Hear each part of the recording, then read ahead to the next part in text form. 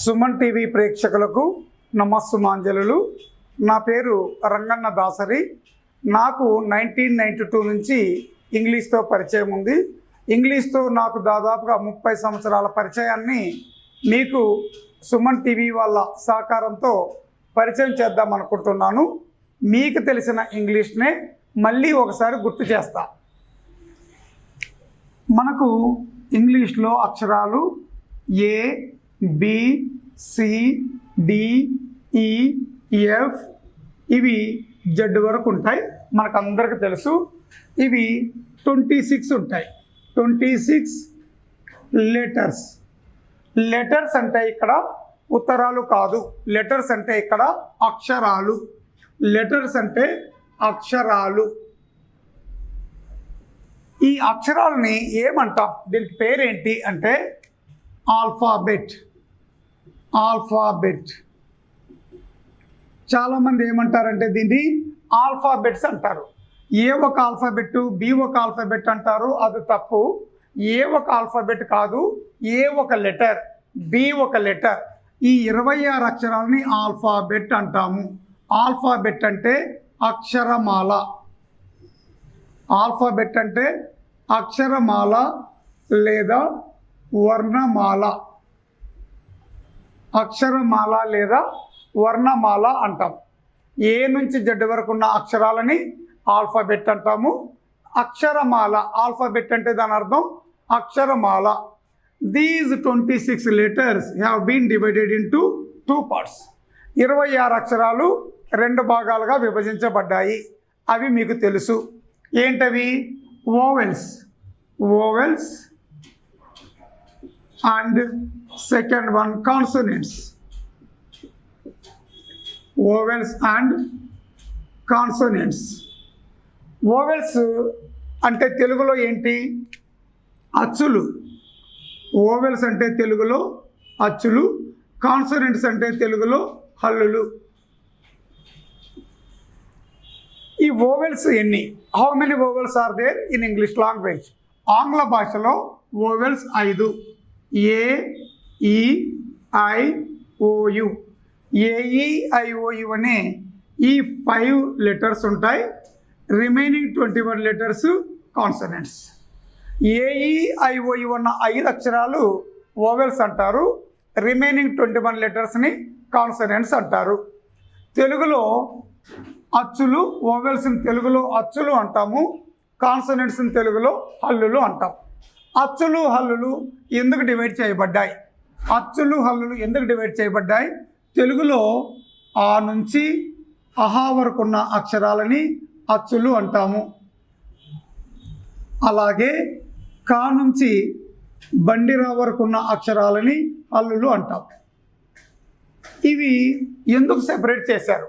అచ్చులు హల్లులు సపరేట్ చేయాల్సిన అవసరం ఏంటి? ఎందుకు చేశారంటే అచ్చులు అన్నవి ఇండిపెండెంట్ సౌండ్స్. ఇవి వేటి మీద కూడా ఆధారపడవు.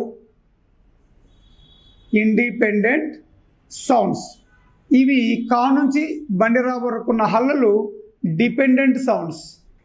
ఇవి డిపెండ్ అవుతాయి.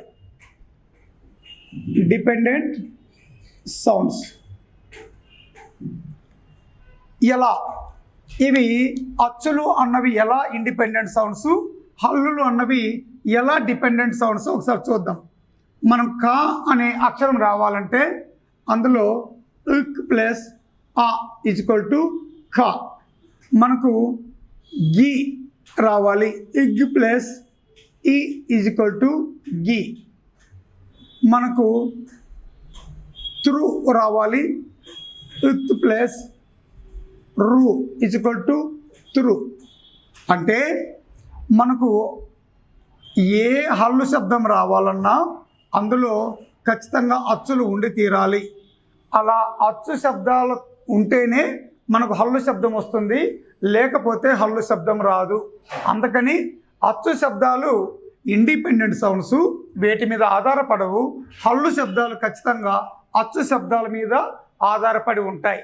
Without vowel sound we can't make any consonant sound, even in Telugu also. Like that in English there are 26 letters. ఆంగ్ల భాషలో 26 అక్షరాలు ఉన్నాయి. These 26 letters have been divided into 2 parts, vowels and consonants. These 26 sounds produces 44 sounds.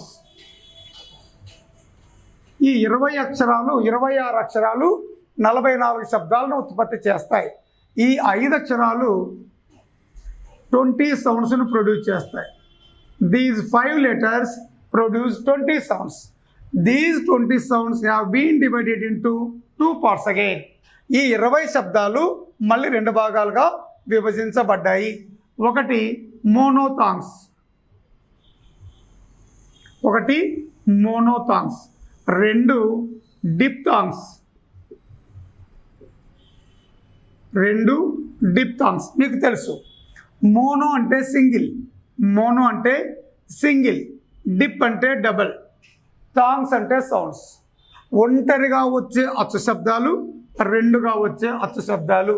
ఇంగ్లీష్లో ఏదైనా మనం standard డిక్షనరీలో చూసినప్పుడు ఏ పదానికైనా పక్కన ఇలా స్లాంట్గా గీతలు ఉండి అందులో ఒక స్క్రిప్ట్ ఉంటుంది, అందులో కొన్ని అక్షరాలు ఉంటాయి. ఆ స్క్రిప్ట్ని ఫొనెటిక్ ట్రాన్స్క్రిప్షన్ అంటారు. ఆ స్క్రిప్ట్ని ఫొనెటిక్ ట్రాన్స్క్రిప్షన్ అంటారు. ఆ ఫొనెటిక్ ట్రాన్స్క్రిప్షన్స్ దీస్ 24 సౌండ్స్. ఆ ఫొనెటిక్ ట్రాన్స్క్రిప్షన్స్ అన్నవి ఈ 44 శబ్దాల యొక్క లిపి, స్క్రిప్ట్ అది. ఈ మోనోథాంగ్స్ ఒంటరిగా వచ్చే అచ్చు శబ్దాలు నేను కొన్ని రాస్తాను. ఇది ఆ, ఇది ఆ, ఇది ఏ, ఇది ఈ, ఇది ఈ, ఇది ఉ. ఇలా ఒంటరిగా వచ్చే అచ్చు శబ్దాలు ఇవి 12 ఉంటాయి. 2గా వచ్చే అచ్చు శబ్దాలు 8 ఉంటాయి. ఒక ఆ ప్లస్ ఈ, ఐ, ఊ ప్లస్ ఆ, ఉవ, ఏ ప్లస్ ఆ, ఏ. ఇలా 2గా వచ్చే అచ్చు శబ్దాలు 8 ఉంటాయి. ఒంటరిగా వచ్చే అచ్చు శబ్దాలు 12 ఉంటాయి. ఈ విధంగా మనము ఇంగ్లీష్లో ఉన్న 26 అక్షరాలు 44 శబ్దాలుగా విభజించబడతాయి. ఆ 44 శబ్దాలు వోవెల్స్ అని, కాన్సనెంట్స్ అని ఉంటాయి. Without vowel sound we can't make any consonant sound in English language. Thank you.